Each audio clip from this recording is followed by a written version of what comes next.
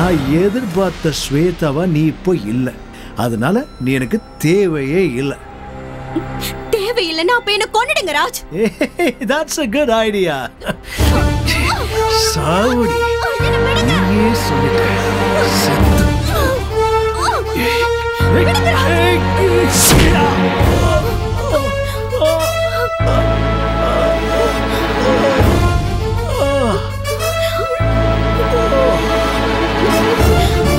ராஜ் ராஜ் ராஜ்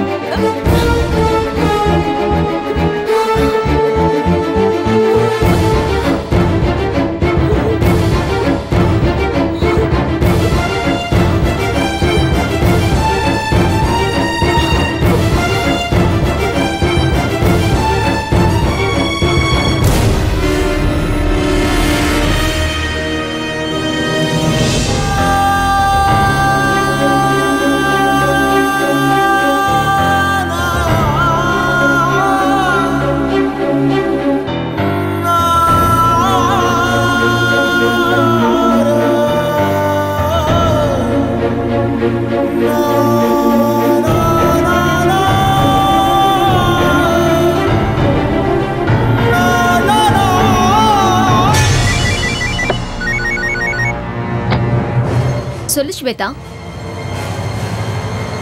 இப்பதான் பவித்ரா வீட்டை நோட்டை விட்டு வரேன். அந்த வீட்ல ஏகப்பட்ட பேர் இருக்காங்க. சோ ஈஸியா மகாதேவனை உன்கிட்ட கொண்டு வந்து சேர்த்துருவேன். மாதவி, பாண்டியன் இன்ஸ்பெக்டர் வந்தாரு. அப்படியா?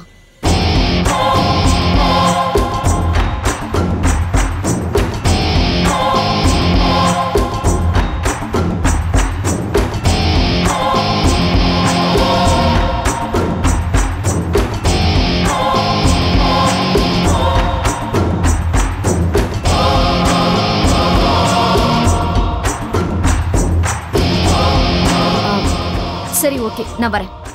ஓகே மாதவி.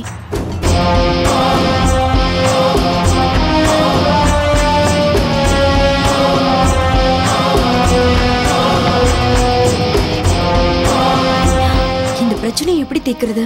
ஒவ்வொரு பிரச்சனையா வந்துகிட்டே இருக்கு. ஏதாவது பண்ணியே ஆகணும், இல்லனா நான் வசமா மாட்டிப்பேன்.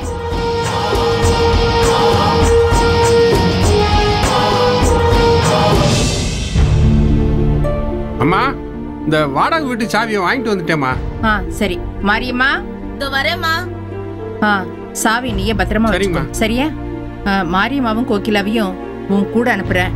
நீ போய் வீட்டை காமிச்சிட்டு வந்துரு, சரியா? ஐயோ, அந்த அம்மா கூட மட்டும் அனுப்பிடாதீங்கம்மா. ஏண்டா அவளை பார்த்து இப்படி பயந்து சாகுற? ஏற்கனவே அந்த அம்மானாலதான் உங்ககிட்ட அடியே நான் வாங்கினேன். இதுக்கு மேல அவ உங்ககிட்ட வம்பு பண்ணா அவளுக்கு தான் அடி விழும். வீட்டு ஓனர் நல்லவர் மாதிரி தான் தெரியுது, ஆனா அவரை நினைச்சா தான் பாவமா இருக்கு. ஏன் அப்படி சொல்ற? வீட்டை அஷ்டமத்து சனிக்கு வாடகைக்கு விடுறாரே.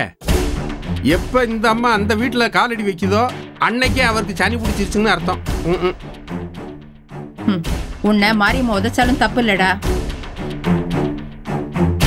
நீ அவகிட்ட தேவையில்லாம வாய விடாத. ஐயோ, நான் வாயை திறந்தேன்னா என் நாக்குல சனி இருக்குன்னு அர்த்தம். ஏமா, என்ன கூப்பிட்டீங்களா? அம்மாவாசை வீட்டு சாவியை வாங்கிட்டு வந்துட்டான். நீ கூட போய் வீட்டை பார்த்துட்டு வந்துரு, என்ன? ஆனா என் பிள்ளைங்களையும் கூட்டிட்டு போகட்டுமா? வேண்டாம் வேண்டாம், நீ கோகிலா வேணா கூட்டிட்டு போ. அமாவாசை போய் கோகிலா கூட்டிட்டு வா. சரிங்கம்மா.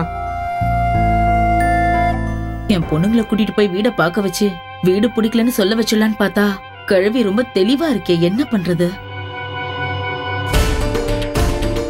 அம்மா, என்னம்மா, என்ன எதுக்கு புது வீட்டுக்கு அனுப்புறீங்க? நீ மாரியம்மா கூட போயிட்டு வந்துரு, என்ன? கடவுளே, இவ ஏதாவது பேசி வம்பு கிழக்காம இருக்கணும். என்ன கோகிலா, ரொம்ப யோசிக்கிற? இல்ல, திடீர்னு சொன்னாங்களா, வேற ஏதாவது வேலை இருக்கான்னு யோசிக்கிறேன். இவ்வளவுதானே, போலாம்ல? போலாம். அம்மா போயிட்டு வந்து வரோம்.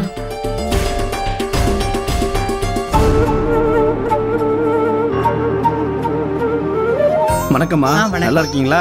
நல்லா இருக்கேன், உட்காருங்க. கேஸ் விஷயமா சாரை பார்த்து பேசிட்டு போலான்னு வந்தேன். அப்படியா? ஆமா, ஒரு நிமிஷம் இருங்க. ரேவதி, ரேவதி. என்ன பாட்டி? நீ மேல போய் பவித்ராவையும் மகாதேவனையும் வக்கீல் வந்திருக்காருன்னு வர சொல்லு. சரி போ. நீங்க கொஞ்சம் வெயிட் பண்ணுங்க, நான் காஃபி கொடுத்து விடுறேன். சரிங்கம்மா.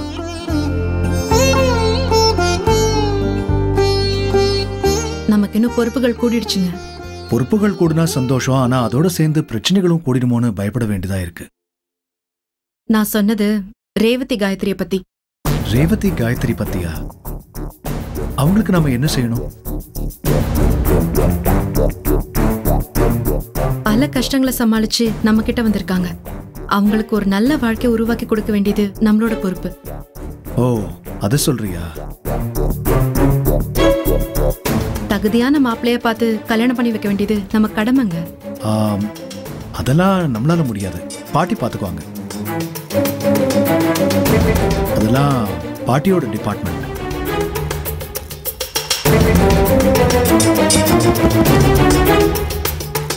யாரு? நான் ரேவதிக்கா. வக்கீல் உங்களை பார்க்க வந்திருக்காரு. சரி, நாங்க வந்துடுறோம். அவருக்கு காஃபி கொடுத்து உட்காரவை, நாங்க வந்துடுறோம். சரிக்கா. வாங்க சார். ஹலோ சார், வாங்க உட்காருங்க. வணக்கம் சார். வணக்கம். நாளைக்கு மறுநாள் ஃபர்ஸ்ட் ஹியரிங் வருது. ஒரே ஒரு பாயிண்ட சொல்லி உங்க மேல உள்ள கேஸை ஒண்ணுமில்லாம பண்ண போறேன். என்ன சார் சொல்ல போறீங்க? சௌமியா தற்கொலை சமயத்துல நீங்க மனநிலை சரியில்லாம இருந்தீங்கன்னு சைக்காட்டிஸ்ட் கிட்ட ஒரு சர்டிபிகேட் வாங்கிட்டா போதும்.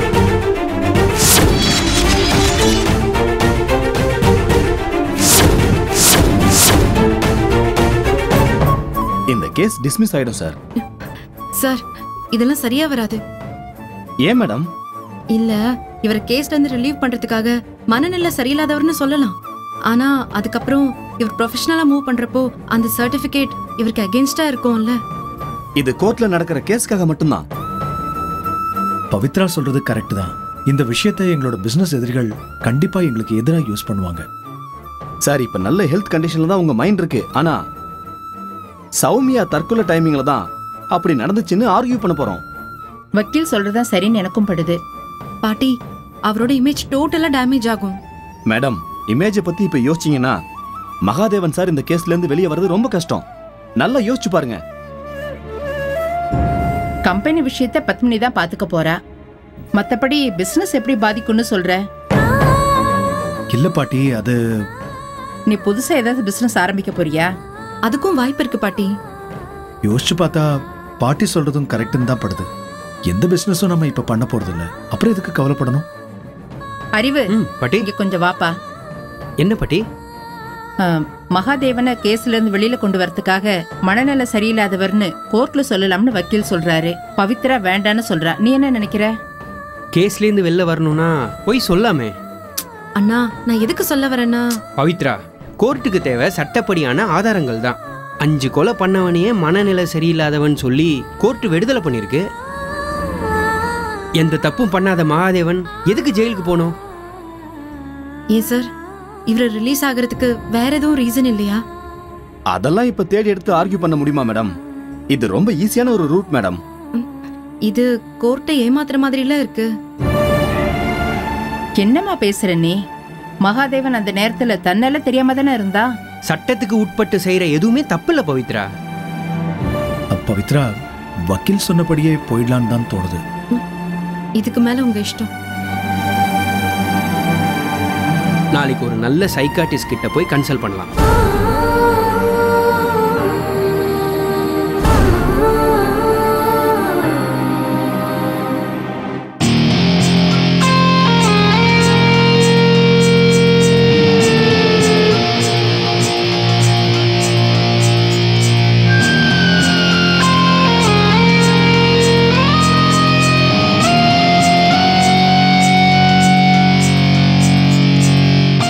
என்ன ஸ்வேதா, என்ன அவசரமா வர சொல்லிட்டு நீ உன் வேலையை பார்த்துட்டு இருக்க? சாரி மாதவி, ஒரு எமர்ஜென்சி கேஸ். சரி, இப்ப ஃப்ரீ தானே? ஆமா. சரி சொல்லு, என்ன விஷயம்? எதுக்கு வர சொன்ன? பாண்டியன் ஸ்டீஃபன் கேஸ சீரியஸா தோண்ட ஆரம்பிச்சிட்டாரு. அவன் தோண்டிக்கிட்டே இருக்க வேண்டியதுதான், எதுவும் கிடைக்க போறது இல்ல. அப்புறம் சௌமியா தற்கொலை கூட மர்டர்னு சொல்றாரு. அவதான் தெளிவா லெட்டர்ல எழுதி வச்சிருக்கா. அப்புறம் எப்படி இவர் மர்டர்னு சொல்றாருன்னு எனக்கு தெரியல. அது அவன்கிட்ட கேட்க வேண்டியதானே? அது விசாரணையோட ரகசியமான விஷயமா? உன்னை பிளாக்மெயில் பண்றதுக்காக பாண்டியன் ஏதோ பிளான் பண்றான் ஸ்வேதா. Be careful. கொலைன்னு சொல்லிட்டா போதுமா? அத சட்டப்படி ப்ரூவ் பண்ண வேண்டாமா? ப்ரூவ் பண்றதா போலீஸ்காரங்களுக்கு கஷ்டம். ஒரு சின்ன துப்பு கிடைச்சா போதும், உன்னை சிக்க வைக்கிறதுக்காக போலீஸ் என்ன வேணாலும் செய்வாங்க. ஏன் தங்கச்சியை நானே எப்படி கொலை செய்வேன்? பாண்டியன் அந்த மாதிரி ஏதாவது செய்ய நினைச்சா நான் சும்மா விட மாட்டேன். அதுக்கு முன்னாடி பாண்டியனுக்கு ஒரு செக் வைக்கணும். ஸ்டீஃபனை பத்தி இந்த பாண்டியன் என்ன சொல்றான்? டிஎன்ஏ டெஸ்ட் பண்றதுக்கு ஸ்டீஃபனோட அப்பா வேணும், அவரை பத்தி சொல்லுன்னு என்கிட்ட கேட்டாரு. நீ சொன்னியா? நான் எப்படி சொல்லுவேன்? அவங்க ஃபேமிலி பத்தி எனக்கு சுத்தமா தெரியாதுன்னு சொல்லிட்டேன். அவசரப்பட்டு எங்கேயும் உண்மையை சொல்லிடாத. பவித்ரா கிட்ட இருக்கிறவன் உன் புருஷன் தான், அதுல இருந்து மாறிடாத. ஒருவேளை ஸ்டீஃபனோட அப்பாவை பாண்டியன் தேடி கண்டுபிடிச்சிட்டா என்ன பண்றது மாதவி? கண்டிப்பா தேடி கண்டுபிடிப்பான். அதுக்கு முன்னாடி நாம ஸ்டீஃபனோட அப்பாவை தேடி கண்டுபிடிக்கணும். எதுக்கு? கொலை பண்றதுக்கு தான். ஒரு கொலையை மறைக்கிறதுக்கு இன்னொரு கொலை, அவ்வளவுதான். இது ஹாஸ்பிட்டல், இங்க கொலை பத்தி எல்லாம் பேச வேண்டாம்.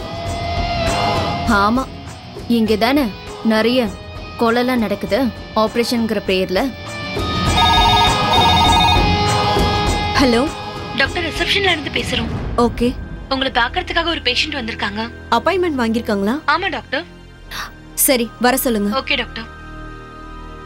மாதவி, ஒரு 5 மினிட்ஸ், பேஷண்ட் வராங்க. அவங்கள அட்டெண்ட் பண்ணிட்டு நம்ம அப்புறமா பேசுவோம். Okay fine.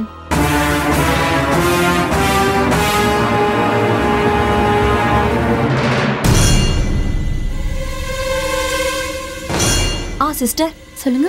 ஸ்வேதா மேடம் பார்க்கணும்.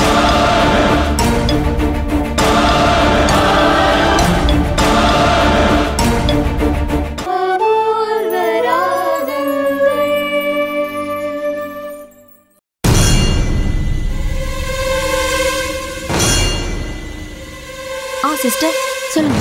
ஸ்வேதா மேடம் பார்க்கணும்.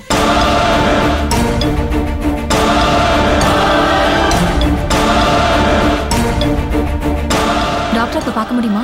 போய் பாருங்க.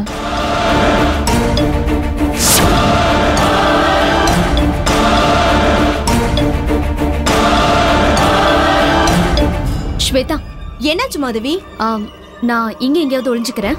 ஏன்? என்னாச்சு? அப்புறமா சொல்றேன்.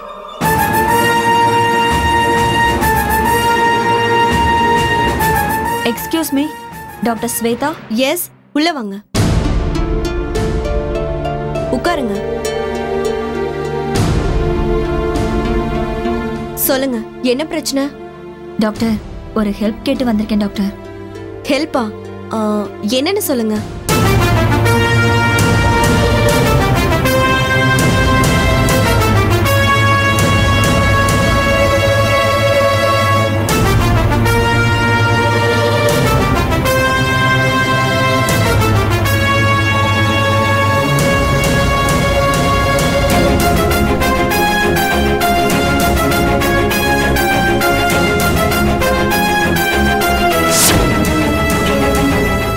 இவளை நம்ம கைக்குள்ள போட்டுக்கிட்டா நம்ம நினைச்ச காரியெல்லாம் சீக்கிரமா நடந்துரும். வசமா வந்து மாட்டிக்கிட்டான். ஹலோ, என்ன விளையாடுறீங்களா? முதல்ல நான் பிரசவம் பார்க்குற டாக்டரே கிடையாது. ரெண்டாவது, நீங்க சொல்ற விஷயத்துக்கு எந்த டாக்டரும் ஒத்துக்கவே மாட்டாங்க. டாக்டர், இது என் வாழ்க்கை பிரச்சனை டாக்டர். இல்லாத கர்ப்பத்தை இருக்குன்னு நம்ப வச்சா 10வது மாசம் குழந்தைக்கு என்ன பண்ணுவீங்க? அந்த டைம்ல ஏதாவது சொல்லி சமாளிச்சுக்குவேன் டாக்டர். இப்படியெல்லாம் கூடவா ஏமாத்துவாங்க? எனக்கு குழந்தை இல்லைங்கிறதுக்காக என் ஹஸ்பண்ட் டிவோர்ஸ் பண்றேன்னு சொல்றாரு. அதனாலதான். சாரி, நீங்க கிளம்புங்க. என்னால ஹெல்ப் பண்ண முடியாது.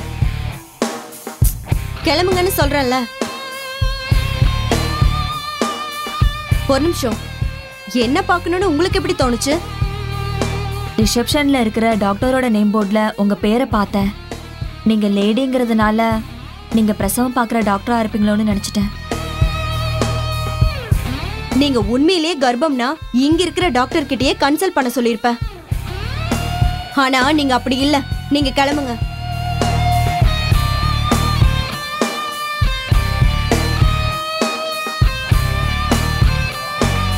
ஐயோ ஹெல்ப் பண்றேன்னு சொல்ல வேண்டியதானே? அவ எவ்வளவு பெரிய ஃப்ராடுத்தனம் பண்ணிட்டு இருக்கா, அதுக்கு என்ன சப்போர்ட் பண்ண சொல்றியா? ஐயோ அவ யாருன்னு தெரியுமா? யாரு? இன்ஸ்பெக்டர் பாண்டியனோட தங்கச்சி. ஓ அப்படியா? இவளை வச்சு நம்ம பல பலன்கள் அடையலாம். பாண்டியனோட விசாரணை ரகசியங்கள்லாம் கூட தெரிஞ்சுக்கலாம். போயிட்டாலே இப்ப என்ன பண்றது? ரிசப்ஷனுக்கு ஃபோன் பண்ணி உடனே வர சொல்லு. ஐயோ ஸ்வேதா, டைமை வேஸ்ட் பண்ணாத, உடனே கால் பண்ணு. ஹலோ, சொல்லுங்க டாக்டர். ஹலோ, இப்ப என்ன பார்த்துட்டு ஒரு லேடி வெளியில போனாங்கல்ல, அவங்கள திரும்ப என் ரூமுக்கு வர சொல்லுங்க. Okay doctor. அவகிட்ட நைஸா பேசி அவளுக்கு ஹெல்ப் பண்றதா ப்ராமிஸ் பண்ணு. நான் மறுபடியும் ஒளிஞ்சுக்கிறேன்.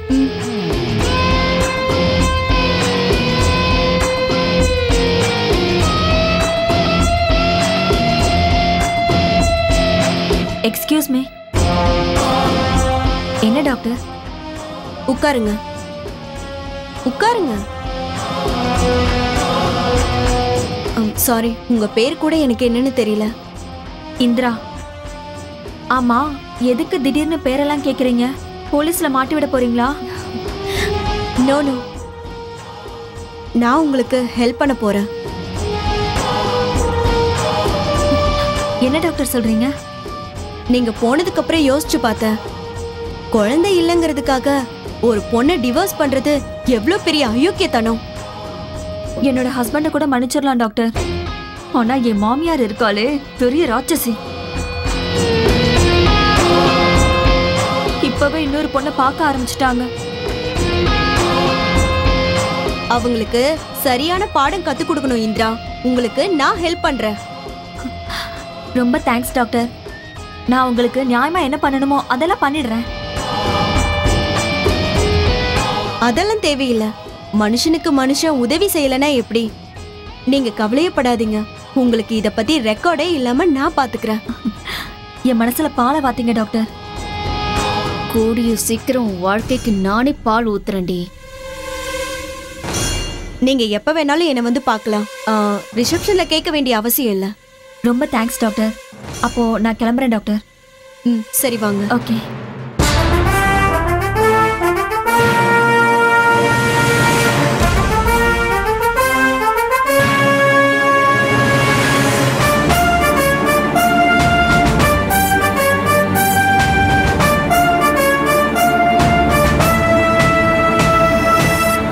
இதெல்லாம் எனக்கு தேவையா?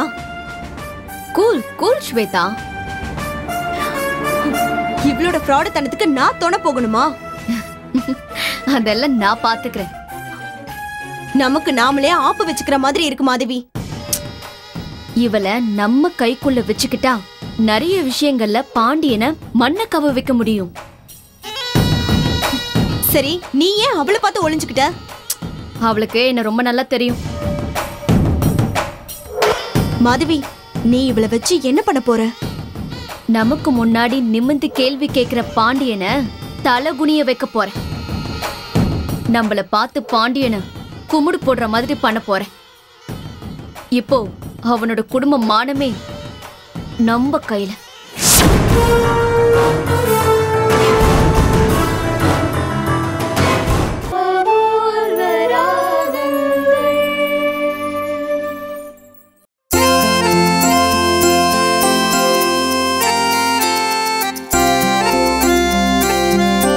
அக்கா, என்னக்கா குழம்பு வைக்க போற? வெண்டைக்காய் வத்த குழம்பு.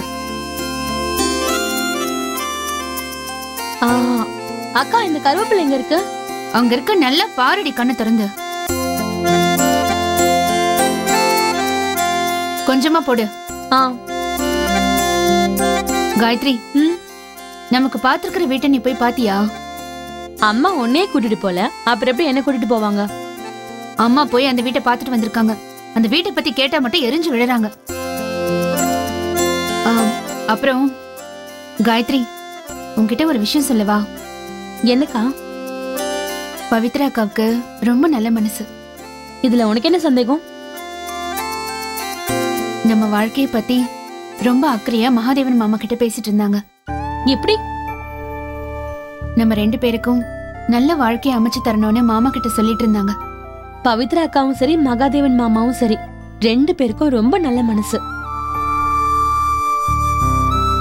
ஆனா பவித்ரா அக்கா அளவுக்கு மகாதேவன் மாமா ஒன்னும் நல்லவர் இல்ல. ஏன் அப்படி சொல்ற? பவித்ரா அக்கா அப்படி சொன்னதும் மகாதேவன் மாமா அவங்கள பத்தி பாட்டி பாத்துப்பாங்க, நீ ஒன்னும் கவலைப்படாதன்னு சொல்லிட்டாரு. கரெக்டா தான் சொல்லிருக்காரு. என்னடி கரெக்ட்? நம்மள பத்தி கவலைப்பட வேண்டானா என்ன அர்த்தம்? என்ன அர்த்தம்? நீ உன் வேலைய பாரு, அதெல்லாம் பாட்டி பாத்துப்பாங்கன்னு சொல்ற மாதிரில அர்த்தம்.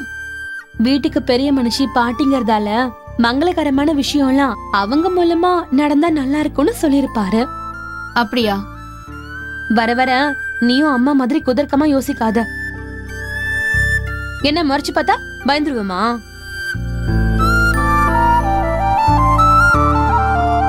என்ன பண்ணிட்டு இருக்கீங்க? இன்னைக்கு நாங்க தான் சமையல். ஓ, நல்லா சமைப்பீங்களா? அதுக்கெல்லாம் நாங்க கேரண்டி தர முடியாது. நீங்களே சாப்பிட்டு பார்த்துட்டு சொல்லணும். சரி, நான் ரெடி தான். எங்க யாரையும் காணோம்? இது எங்க ஏரியா, யாரையும் உள்ள வரக்கூடாதுன்னு சொல்லியிருக்கோம். எங்க இருக்காங்கன்னு தெரியல. அம்மா அம்மாவாசனை உங்களதான் கிச்சன் பக்கம் வரக்கூடாதுன்னு சொன்னல? இல்லம்மா, சும்மா தண்ணி குடிச்சிட்டு போலான்னு ஓ வந்தேன். அப்படியா? அமாவாசனை, இன்னைக்கு இவங்க 2 பேரும் தான் சமைக்க போறாங்களாம். அதான் தண்ணியை குடிச்சிட்டு ஊரை விட்டே ஓடிடலான்னு பாக்குறேன். ஓ அப்படியா? நீங்க ஊர்ல போய் தண்ணி குடிச்சுக்கங்க. ஐயோ அம்மா, சும்மா தமாசுக்கு சொன்னேம்மா. உங்க சமையல முதல்ல ருசி பார்க்க போறோன்னே நான் தானே. அந்த பயம் இருக்கட்டும். அம்மா, 2 பேரும் தங்கமான பிள்ளைங்கம்மா. தெரியும், நானும் பார்த்துட்டு தானே இருக்கேன். இந்த பிள்ளைங்க எப்படித்தான் அந்த அம்மா வயித்துல பிறந்துச்சுங்களோ. Revathi, note this point. மறக்காம அம்மா கிட்ட சொல்லிடுங்க. ஐயோ, வாபஸ் வாங்கிக்கிறேம்மா. நான் உள்ள வந்ததே பெரிய தப்பா போச்சு. ரேவதி, உங்களுக்கு வீடு செட் ஆயிடுச்சா? எந்த வீட்டை சொல்றீங்க? இது என்ன கேள்வி? இந்த வீடு தான். செட் ஆனா என்ன, ஆகலனா என்ன? இன்னும் 2-3 நாள் தானே. ஏன் எனக்கு ஒண்ணுமே தெரியாத மாதிரி கேக்குறீங்க? நீங்க சொல்றது ஒண்ணுமே எனக்கு புரியல. எங்களுக்குன்னு பாட்டி பக்கத்து தெருவுல ஒரு வீடு பார்த்து வச்சிருக்காங்க. இன்னும் 2-3 நாள்ல நாங்க அங்க போயிடுவோம். அப்படியா? என்கிட்ட யாரும் ஒன்னும் சொல்லலையே.